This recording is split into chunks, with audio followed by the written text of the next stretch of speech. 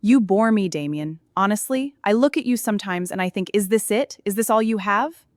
That was a Tuesday, dinner she didn't touch, wine she'd already finished, and a man deciding very quietly that he'd just heard enough.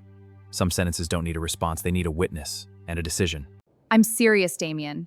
We went to Marcus and Lily's last Saturday and you said maybe 12 words the entire night. 12, I counted. You counted. Don't do that, don't make me sound crazy for noticing. You just sat there like a statue while I carried every single conversation. I was exhausted by the time we left. You carried the conversations, got it. Yes, because you refused to engage. You made me look bad in front of our friends. Walk me through that. How does my silence make you look bad? Because people think things, Damien. They see you shut down and they think, what's wrong with him? Or worse, what did she do? And I have to smile and pretend everything's fine when you're just standing there like a piece of furniture. So the problem is optics. The problem is you. The problem is that you have completely stopped trying. Stop trying at what exactly? At us. At life.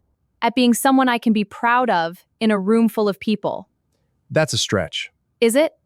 Name one interesting thing you've done in the last 6 months. One. She wanted a fight. He understood that. What she didn't understand, what people like her rarely do, is that silence is not a surrender. Sometimes it's the most disciplined thing a man can do with his hands. You know what your problem is? And I mean this, Damien. Your actual problem?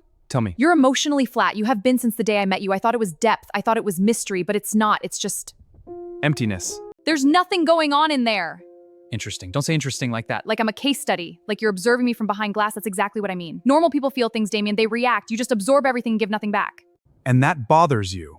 Yes, it bothers me. Because I'm a person, not a therapist. I can't keep pouring into someone who just collects it and says nothing. You're describing a one-way relationship. Yes, exactly. Finally. I'm describing it too, just from the other direction. What does that mean? It means I've sat across from you at a lot of dinners. I've listened, I've been present, and you've called that furniture, so one of us has a perception problem. It's not the same thing. What you do is passive. What I do is effort. Sure. Don't sure me. Don't you dare dismiss me right now. I'm not dismissing you, I'm agreeing that we see this differently. You're impossible. You know that? Literally impossible to have a real conversation with. And yet here we are. There's a particular kind of frustration reserved for people who expect chaos and get calm instead. She was fluent in conflict. She'd built her entire argument on the assumption that he'd flinch. He didn't flinch. He rarely did. I'm not the only one who sees it, you know. Sees what? This, you, the way you are. I talked to Claire and she said, and I'm quoting her, she said, Damien seems like someone who's checked out. Those were her exact words, checked out. Claire said that. Yes. And my mother, before you say anything, my mother has always liked you. She has. But even she said something recently. She said, Serena, do you think he's actually happy with you? And I didn't have an answer for her, Damien. That says something. It says your mother asks questions. It says that people on the outside can see what I've been trying to tell you for months, that you've gone cold, that there's a distance in you that wasn't there before. Or they're working with the story you've given them. Excuse me? You told Claire I checked out. Your mother got a version of this relationship filtered through your frustration. They're not witnesses, they're an audience. So now you're calling me a liar.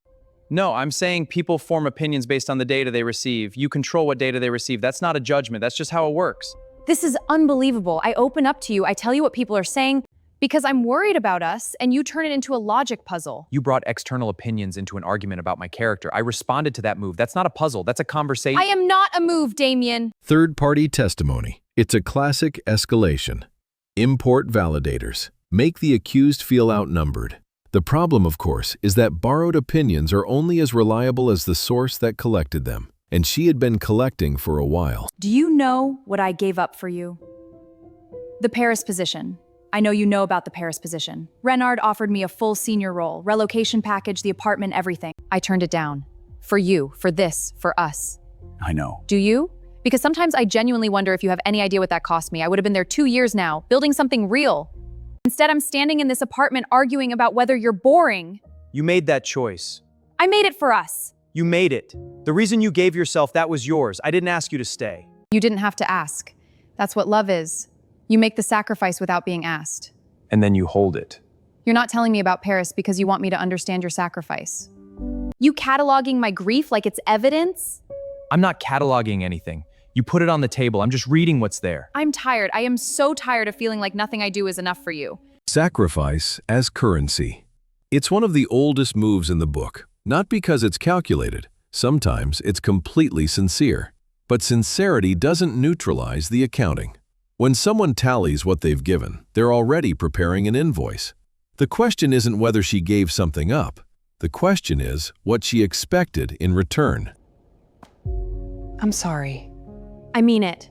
I went too far. Some of what I said tonight, the boring comment, the furniture thing, that was cruel. I don't actually think that.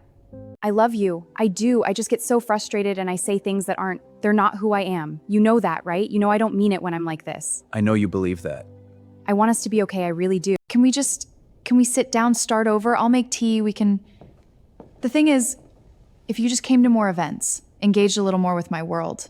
Claire's birthday is next month. And I just think if you made an effort, a real, visible effort, people would see a different side of you. We'd both feel better about this. It's not a big ask, it's just show up for me, publicly, that's all I need. So the apology was an opening. What? You're sorry, and what you need in exchange is a performance at Claire's birthday. I wasn't. Big leap from I'm sorry to what I need from you. I was just trying to find a solution. Noted. 1 second. That's all it was.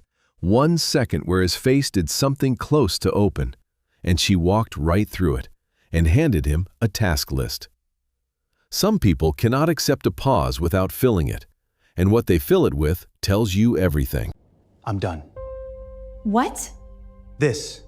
I'm done with this. Damien, we're talking. We can work through. We've been talking for 3 years, same conversation, different props. Don't do this. Don't you dare make some dramatic exit over one argument. It's not dramatic, and it's not one argument. Okay, I hear you. You're frustrated. I'm frustrated too. But we don't throw away 3 years because of one bad night. People who love each other fight. That's normal. That's real. I'm not throwing away 3 years, I'm completing them. If you walk away from this, from me, you will regret it. I promise you that. You think you're so calm and controlled and above it all, but you are going to be alone, Damien, actually alone. And then you'll understand what you had. Maybe.